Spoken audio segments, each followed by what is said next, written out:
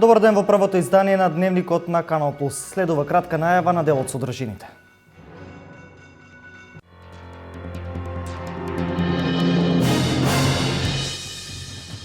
Утрово во Штипе нападнат 52 годишен маж за 2000 динари. МВР поднесе кривични за двајца адвокати од Штип за проневера.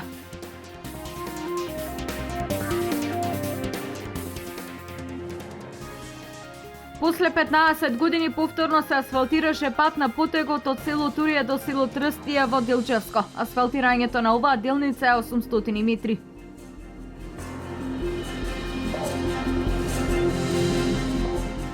Хидросистемот Злетовица во Проби Штип ќе бара кредит од Европската банка за изградба на хидроелектрани. Вредноста на овој проект ќе чини 80 милиони евра.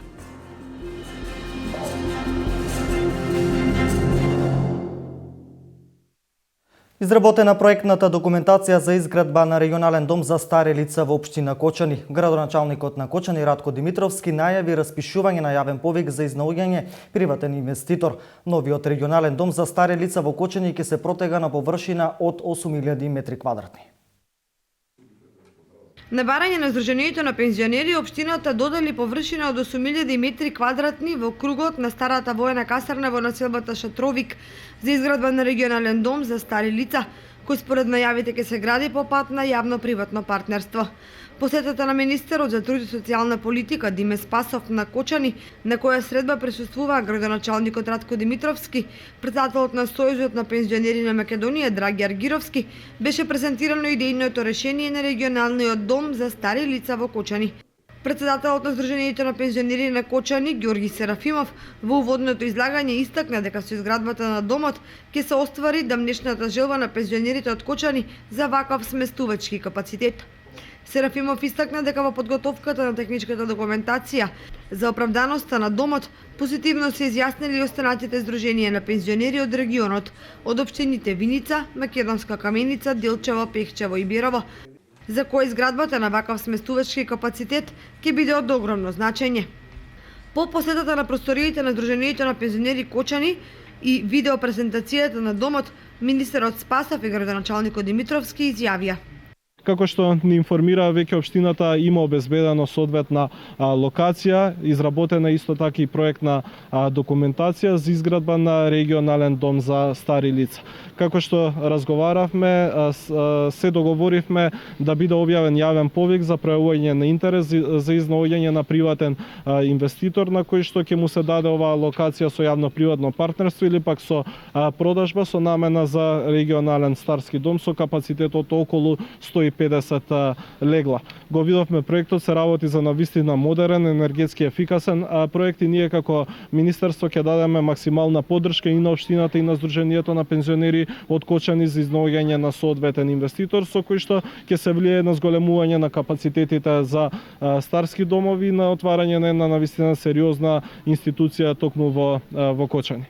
Општината обезбеди детален урбанистички план каде што заеднички со Сдруженијето на пензионери изработивме комплетно документација по сите европски теркови на македонски и на англиски јазик, објект кој што ќе биде енергетски ефикасен, објект кој што ќе биде снабден со геотермална вода која што имаме во општината Кочани и објект кој што очекуваме дека заедно со министерството ќе пронајдеме инвеститори и за кратко време ќе имаме и такви сместувачки капацитети за нашите највозрасни сограѓани.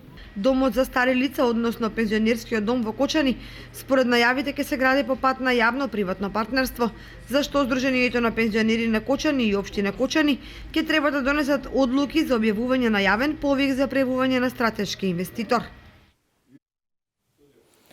После 15 години повторно се асфалтира пат на потегот од село Турија до село Трстија во Делчевско. Асфалтирањето на оваа делница од 800 метри која што општина Делчево ја реализираше во соработка со Министерството за транспорт и врски и Агенцијата за финансиска поддршка во земјоделството и руралниот развој. Се асфалтираше локален пат до село Турија Делчевско. После 15 години повторно се поставуваше асфалт на овој дел од општината, наменет за жителите на селата Турија и Трстија. Се работи за делница од 800 метри на потег од село Турија село Трстија, проект кој беше ветен преку програмата на градоначалникот Дарко Шехтански. Тоа што подавна е ветено, започна асфалтирањето на патниот правец село Турија, село Трстија. Од вкупното 2000 метри останати за асфалтирање, ние сега имаме обезбедено асфалт за 800 метри. Очекуваме наскоро да можеме со сигурност да потврдиме уште 300 метри, за кои што е аплицирано преку Агенцијата за рурален развој, така да за краток временски период, 1100 метри, ќе има возможиме на жителите од село Турија подобра комуникација со Делчево и со Виница, така да се надеваме дека сме ги подобрили условите за живот.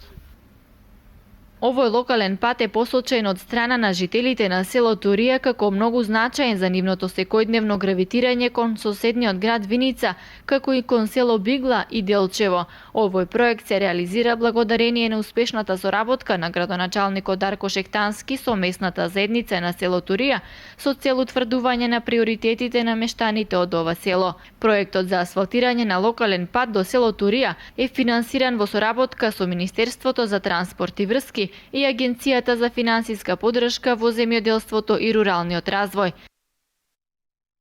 Општина Пробиштип ќе аплицира за користење средства од ИПАРД програмата да го догради музеот на рудите, чија изградба започна пред повеќе од 2 години. Пред повеќе од 2 години во Пробиштип започна да се разгледува идејата за изградба на музеј за ретки минерали. Со подпишување на меморандум за соработка, оваа идеја општина Пробиштип требаше да ја реализира во договор со сопствениците на индоминерали и метали. Во контекст на тоа, овој проект заеднички да се финансира. Општината обезбедила половина од предвидените средства, започнала изградбата на музеот, но втората страна се предомислила.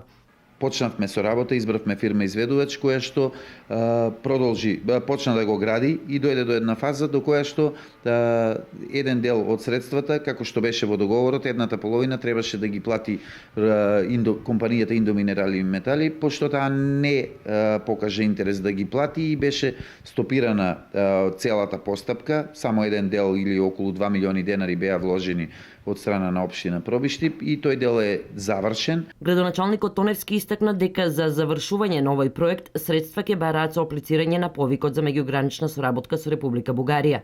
Со оглед на фактот што локацијата на музеот е во центарот на градот, веднаш спроти општинската зграда, Тоневски истакна дека освен што ќе биде од големо значење за развој на туризмот, предвидено е да биде и едукативен центар за учениците во Рударско-геолошкото училиште, но и за студентите од Универзитетот Гоце Делчев. Ја подготвуваме апликацијата во овој повик од меѓугранична соработка заедно со една помала општина од Република Бугарија да аплицираме со истиот проект. Се надеваме дека тој проект ќе биде одобрен, бидејќи е многу интересен како проект, како изглед, меѓутоа и како намена, бидејќи е повеќе наменски. Експонатите кои би се наоѓале во музеот се од голема вредност, собирани уште во времето на Отоманската империја на целата територија на Македонија и не може да се пронајдат на друго место. Минеролошката збирка која би се наоѓала во музеот на рудите во моментов може да се види во етнолошкото катче при Домот на културата Злетовски рудар во Пробиштип. Овој проект беше најавен уште во јануари 2013, а свеченото отворање требаше да се случи на денот на рударите 28 август истата година. Хидросистемот Злетовица кон крајот на месецот ќе изврши достава на документација до Европската банка околу добивањето на кредит за втора и трета фаза за изградба на објектите. Станува збор за наводнување на 4,5 хектари земјоделска обработлива површина во Пробиштип и Кратово, како и изградба на 6 хидроелектрани, најави техничкиот директор на Хидросистемот Злетовица. Хидросистемот Злетовица во моментот со вода снабдува 4 општини кои се приклучени на филтер станицата. Тоа се Пробиштип, Штип и Свети Николе. Во тековните активности на Хидросистемот Злетовица, кон крајот на месецот ќе се изврши достава и на документацијата до Европската банка околу добивањето на кредит за втора и трета фаза за изградба на објектите. Во втората фаза станува збор за наводнување на 4500 хектари земјоделска обработлива површина во Пробиштип и Кратово, како изградба на 6 хидроелектрани. Во организација на Министерството за животна средина и банката која што го следи и финансира овој проект, ќе се одржи јавна расправа во Пробиштип и Кратово околу студијата за животна средина. Втората фаза е наводнување на 4.500 хектари земјоделска обработлива површина во Пробишти и во Кратово, значи во Пробишти 3.500 хектари во Кратово, како и израда на 6 хидроелектрани, од кои 3 големи и 3 помали, со мокност околу 10 мегавати или околу 40 до 50.000 киловат часови електрична енергија годишно производство, кое што со прости зборови кажано дека целокупното потрошувачка на енергија на Пробишти, Кратово и малку на проширокиот регион ќе биде обезбедена само од овие хидроелектрани. Така да очекуваме да сето ова се финализира до крајот на годината и да добиеме зелено светло од страна на Европската банка за финансирање на овие проекти кои што се и како важно за завршување на целиот проект Хидросистем Златовица, бидејќи тоа е повеќе наменски проект од 3 фази, како што знаете првата фаза и најскапата е направена и очекуваме овие 2 фази да финализираат, така да проектот ќе биде комплетно завршен и ќе биде финансиски независен и профитабилен, имајќи ги во обзир дека сите 3 фази секој за себе донесува една економски профит на објектот и на самата држава. После 30 години со овој проект ќе се реши голем проблем и за жителите и за земјоделците во овој регион. Вредноста на проектот ќе чини околу 80 милиони евра.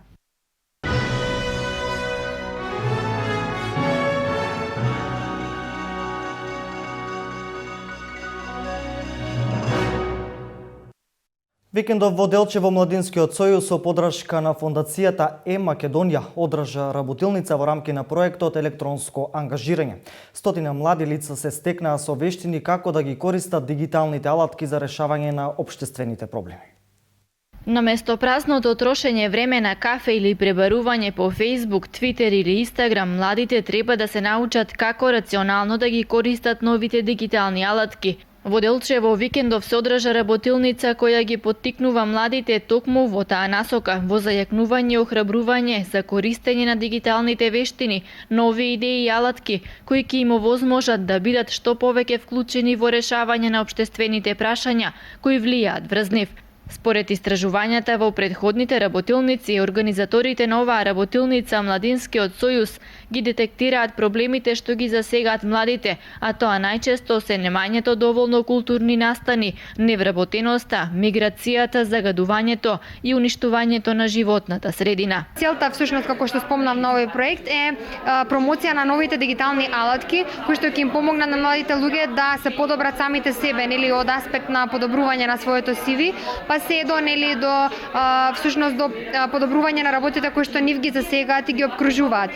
Ние денес тука всушност со нив прво направивме мал брейнсторминг на работите тука конкретно во Делчево што ги засегаат, значи не мора да се проблеми, туку може нели да се и работи кои што ги засегаат, кои што сакаат да ги подобрат или да ги вметнат, како не знам, недоволно културни настани, како недоволна посетеност на еве сега викендов имало некоја изложба тука во Делчево. Значи младите повеќе сакаат да го поминат времето на кафе, да се чекираат на Facebook, а не ги користат дигиталните алатки како Facebook, како Twitter, за да покренат некоја акција, нели да се здружат, не знам, да го вклучат киното, да направат некоја проекција во киното, да организираат некаков било каков настан или од културен аспект. Работилницата во Делчево беше 6-та во низата 12 работилници што Младинскиот сојуз со подршка на фондацијата Македонија планира да ги одржи во рамки на втората фаза од проектот e-engagement. Првата фаза се спроведе минатата есен со одржување на работилници во 4 градови низ Македонија, во која стотина млади лица од секој град се стекнале со социјални, дигитални и јазични вештини.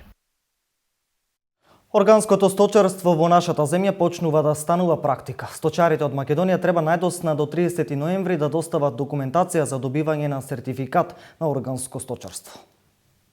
Органското сточарство во нашата земја почнува да станува практика. Ваквиот начин на одгледување на стоката значи придржување на одредени правила за да може да се добие сертификат за органско сточарство. Еден од предусловите за да се започне со органско сточарство е правилниот избор на раси видови кои веќе се прилагодени на локалните климатски услови и природно имаат стекнато отпорност према паразити и болести, карактеристични за одреден регион. Прв услов кај сточарските фарми е да имаат слободно држење на живата стока. Органското производство исклучува да речење сечење на рогови, кастрирање на животни, посечување на опашки и други видови на мерки. Знаеме дека во органското производство се исклучува употребата на синтетика, значи сите лекарства што се примат мора да бидат од природно потекло, биолошко потекло и не смее да се користат антибиотици и други хемиски супстанции во лечењето на домашните животни. Сточарите од источниот регион, кои до 30 јуни оваа година имаат поднесено барање за органско сточарство, до 30 ноември 2015 година треба да поднесат комплетна документација за добивање на сертификат за органско одгледување на добиток. Треба да се консултираат, односно да се чујат со своите сертификатори, односно овластени инспектори, кои што треба да извршат посета на нивните органски фарми, за да може да се обезбеди потребната документација. Во Македонија 2600 говеда, 74.000 овци и 3.000 кози е бројот на органски одгледуваниот добиток во нашата земја. Информираните купувачи знаат дека конзумирањето на ваквите производи ја подобрува здравствената состојба, бидејќи произведеното органско млеко содржи повеќе состојки важни за спречување на заболувањата на срцето. Министерството за култура го објави огласот за откуп на драмски текстови за 2016 година, кој како мерка е предвиден во Стратегијата за развој на културата од 2013 до 2017 година. На конкурсот може да учествуваат автори кои се државјани на Македонија. Министерството за култура го објави конкурсот за откуп на драмски текстови за 2016 година. Конкурсот за откуп на драмски текстови предвиден во Стратегијата за развој на културата во Република Македонија за периодот 2013 до 2017 година во насока на збогатување на Националниот фонд на драмски дела, поттикнување на домашното творештво и афирмација на улогата на авторот. Учеството на конкурсот е наменето само за автори од Република Македонија. Условите за аплицирање се секој автор може да конкурира со еден авторски текст кој претходно не бил објавуван. Пристигнатите текстови ќе ги оценува комисија од истакнати стручни лица која ќе направи избор на најмногу 5 драмски текста од пријавените на конкурсот. Преку овој проект македонските автори ќе имаат можност да се промовираат и на меѓународно ниво. Конкурсот ќе биде отворен до 1 февруари 2016 година, а може да се најде на веб страницата на Министерството за култура. Утрово разбојништво во Штип и кривични пријави за двајца познати адвокати од Штип. Следи крими билтенот на МВР. Со метални шипки и ножеви започна утрото на 52 годишен штипјанец на улица Радански пат пред влезната врата од куќата сопственост на 52 годишниот АД. За сега 3 непознати лица извршиле разбојништво над него и на тој начин што откако го пресретнале, држејќи во раците метални шипки и ножеви и заканувајќи му се дека ќе ги употребат, му побарале пари, информираат од МВР. Во еден момент едно од лицата замавнало со метална шипка кон оштетениот и тогаш останатите почнале да го влечат и му одзеле метална кутија во која имало 1000 денари и потоа избегале во непознат правец. Секторот за внатрешни работи Штип трага по случајот. Двајца адвокати од Штип заработија кривични пријави заради постоење основано сомнение дека сториле вкупно 6 кривични дела сторени на идентичен начин и тоа по 2 дела: злоупотреба на службена положба и овластување, злоупотреба на лични податоци и фалсификување исправа. Се работи за 58 годишната ЛС и НН 42 години кои што незаконски присвоиле вкупно 2.397.964 денари со што го оштетиле буџетот на Република Македонија. Министерството за внатрешни работи на Република Македонија е оштетено за вкупна сума од 3.173.268 денари. Пријавената ЛС во својство на адвокат искористувајќи својата службена положба и овластување во текот на 2012 и 2013 година повела работни спорови пред Основен суд Штип против Министерството за внатрешни работи на Република Македонија за неизвршена уплата на придоници за пензијско-инвалидско осигурување во име на 18 полициски службеници и без нивно знаење изготвила фалсификувани полномоштва за застапување која своерачно ги подпишала, притоа злоупотребувајќи ги нивните лични податоци и поднела тужби за наплата за неплатени придонеси за пензијско-инвалидско осигурување на додатокот на плата за кое претходно биле донесени правосилни решенија, со што пријавената за себе незаконски прибавила 379.371 динар, со што го оштетила буџетот на Република Македонија, а Министерството за внатрешни работи на Република Македонија е оштетено за вкупна сума од 476.246 динари. Ваков случај извршил адвокатот НН искористувајќи својата службена положба и овластување во текот на 2012 до 2014 година повел работни спорови пред Основен суд Штип против Министерството за внатрешни работи на Република Македонија за неизвршена уплата на придонеси за пензионско инвалидско осигурување во име на 106 полициски службеници и без нивно знаење изготвил и своерачно подпишал фалсификувани полномоштва за застапување.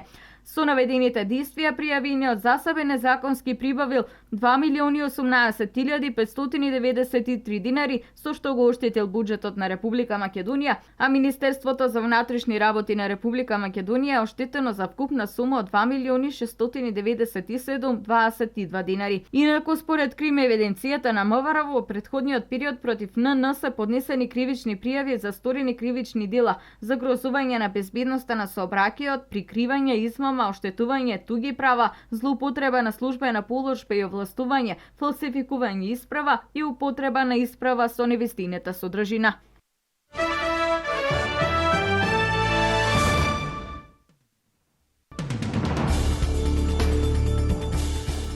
Председателот на Белорусија Александар Лукашенко освои 83,49% од гласовите на председателските избори и обезбеди пети мандат, соопшти Централната изборна комисија. Председателот на комисијата Лидија Јермошина на пресконференцијата емитувана во живо на телевизија соопшти дека активистката од кампањата Зборува е вистина, Татјана Коркотевич, е втора со освоени 4,42% од гласовите на избирачите. Одзивот на изборите во Белорусија бил 86,75%.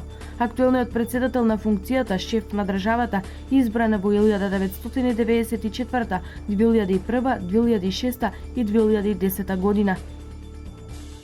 Владимир Путин, председателот на Руската Федерација и првиот човек на Евроазискиот блок, денеска подпиша закон со кој се воспоставува нова финансиска рамка на работење, а кој овозможува Русија и уште 5 членки на Евроазискиот блок во меѓусебните трансакции да не ги користат ниту еврото, ниту доларот. Со ова ќе се предизвика целосен крах на финансискиот систем на САД и Европската унија, оценуваат аналитичарите. А веќе известно време се прогнозираше дека таков потек од Русија и Кина би довел до потпун колапс на економијата на Евроатланскиот блок. Во самоубиствен бомбашки напад на две жени убиени се 9 луѓе во село во Северен Камерун, соопштија воени извори во неделата и се претпоставува дека за нападот стои исламистичката нигерска група Боко Харам, која осумничена за 3 напада од саботата во соседен Чад, во кој беа убиени повеќе од 40 луѓе. Во нападот во Кангалери, село во близината со Нигерија, убиени се вкупно 11 луѓе, вклучувајќи ги двете бомбашки самоубици. Првата жена која го активирала експлозивот убила 9 луѓе во посетувана гостилница, а втората се убила самата себе си и не повредила други луѓе.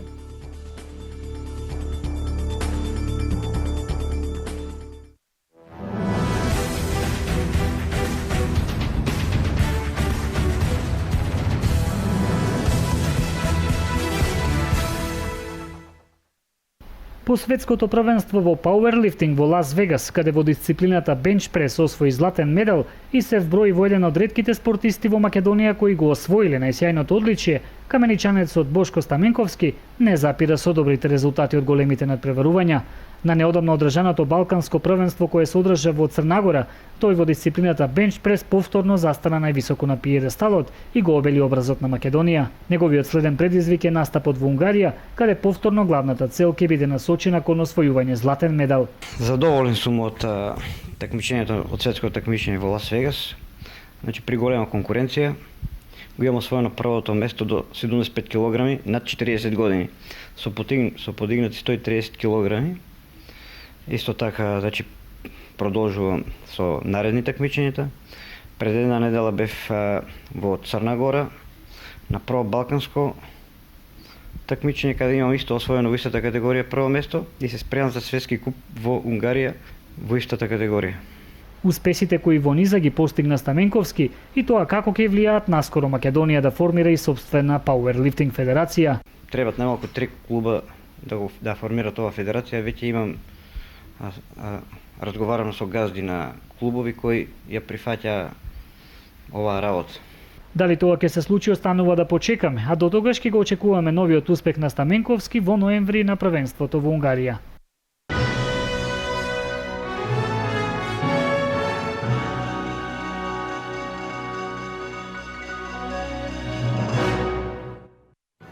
Овде е крајот на дневникот, гледате неповторно во 20 часот. Пријатен ден!